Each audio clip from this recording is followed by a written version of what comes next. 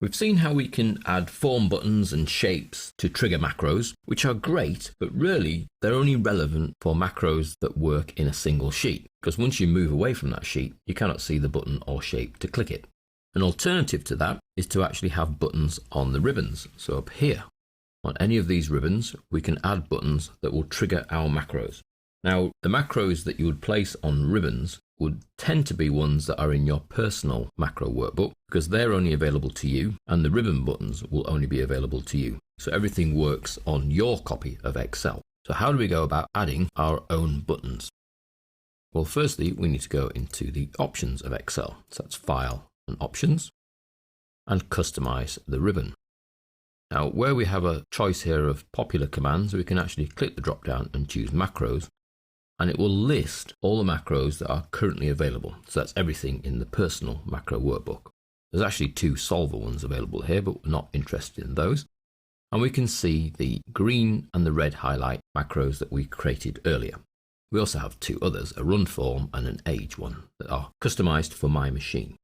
Now, how do we add them across? Well, we firstly need to choose which of the current ribbons we would like to add them to. The home one, insert, page layout, formulas, data, review, view, developer. Well, because I use them a lot, I'm going to add them to the home ribbon.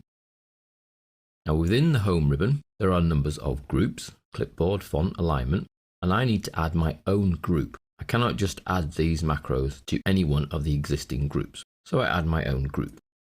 New group, and it's called New Group Custom. I want to rename that and call it My Macros. OK, and that creates a group on the ribbon. If I click OK, I can see I now have a little group at the end of the home ribbon called My Macros. So let's go back to Options, Customize Ribbon, and Macros. And I now simply add My Macros to the My Macros group. So let's select that on the right and select Age on the left and add, Green and add, Red and add, and Form and add. So it's added my 4 macros to the home ribbon. If I then say OK, I can see they've then appeared here, Age, Green, Red, and Form.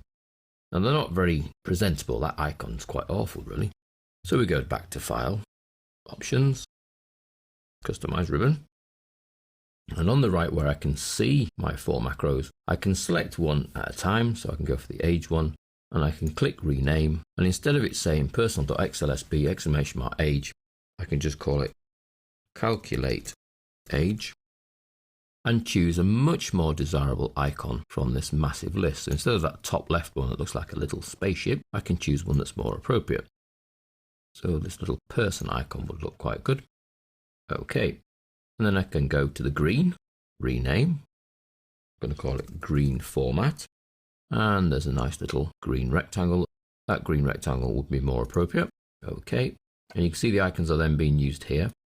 The red highlight, rename, red format, and we need a red rectangle. Go for that one so it's in the same style as the green one. And the last one, run form, rename. This form actually changes the case, so I'm going to call it change case, and then we'll have some letters there. That would be appropriate. OK, so I've renamed them and I've chosen 4 better icons. When I say OK, you see that they then appear much more presentable on the home ribbon. So I've got calculate age and then the next 3, green, red, and change case. So each of those 4 are my 4 macros, but they're now being changed into little triggers that appear on the My Macros grouping of the home ribbon. So all I need to do is see if they work. So if I highlight a few cells and try the green formatting, we know that it works. Highlight a few there, click the red, know that it works. If we then put a bit of text in, we can demonstrate the other macros. Highlight those and the AA for change case. Let's go uppercase, OK, and it changes all the text to uppercase. And then the last one, calculate age. Doesn't matter which cell you're on because it doesn't do anything to the sheet. Calculate age. What is your date of birth? It's August 2nd, 1970. OK, you are 42 years old. So the macros themselves are stored in the personal macro workbook on my machine. The ribbon I have changed is the home ribbon, only my home ribbon on my machine. No one else will see this. and I've added some macro options by going to File, Options, Customize Ribbon, choosing the macro list, and that will list all the currently open macros, so everything in the personal book really. And then I've added that to a new custom group over here called My Macros. And each of the macros I've renamed the tooltip that will hover over and change the picture so that it's more appropriate. Now I can change the order of these, perhaps move the green one to the top so that where we've got less screen space, when I go OK, the green one then becomes the more important one and obviously takes the big slot, and the other ones are then listed smaller beside it. But it means I now don't need to remember keyboard shortcuts, and I don't have buttons on each worksheet. I simply call it from the ribbon at the top.